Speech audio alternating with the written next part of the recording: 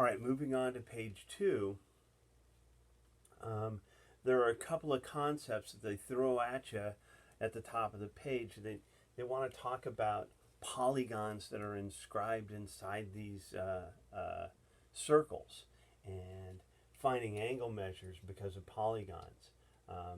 We know that if we have a quadrilateral, anything with 4 sides, we know that when we add up all the angles inside, it's going to add up to 360. We know that a triangle adds up to 180, and those are concepts that we've learned from before.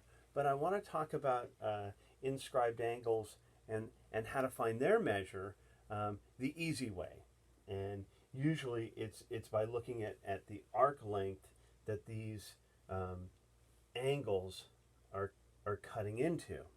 Okay, this right here is a diameter.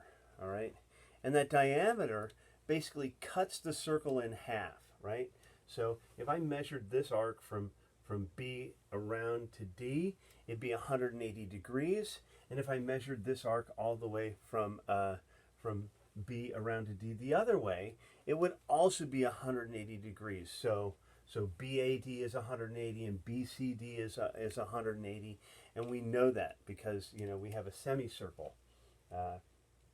So if I have 2 different inscribed angles that cut into, that create this semicircle, as it were, and that's that picture that shows angles of inscribed polygons, and inscribed polygon, whatever, is one whose sides are chords of a circle, whose vertices are points on the circle.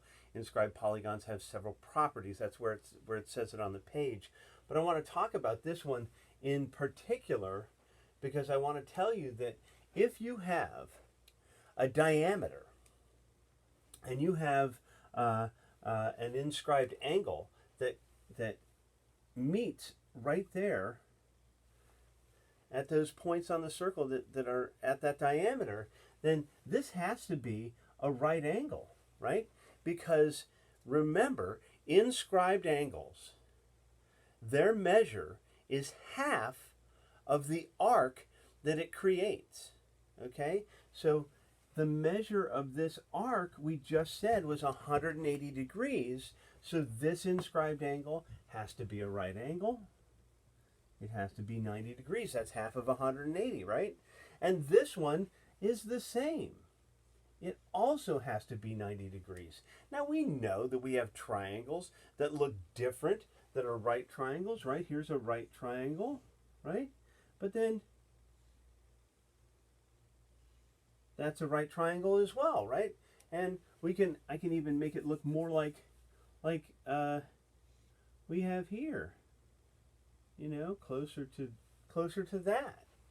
Okay, so those are both right triangles, and we understand that we can have different looking right triangles right there. We just know that this angle here has to be 90 degrees because the arc that it creates as an inscribed angle is 180. All right, so that just goes back to the definition.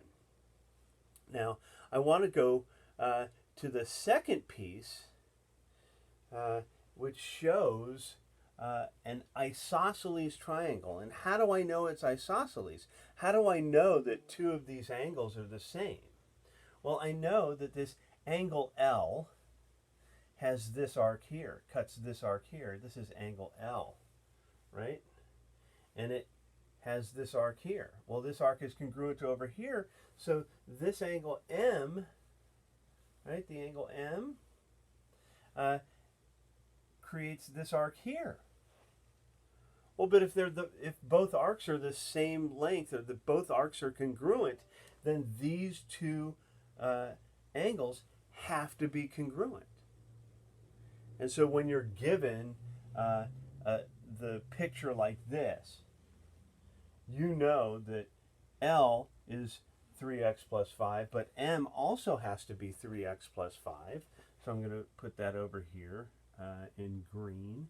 M is 3x plus 5 as well, degrees. And then K is 5x plus 5. And that's really what those examples are trying to show. If you have any questions about it, just go back over this video, watch it again, see if you understand. It's really pretty much cut and dried.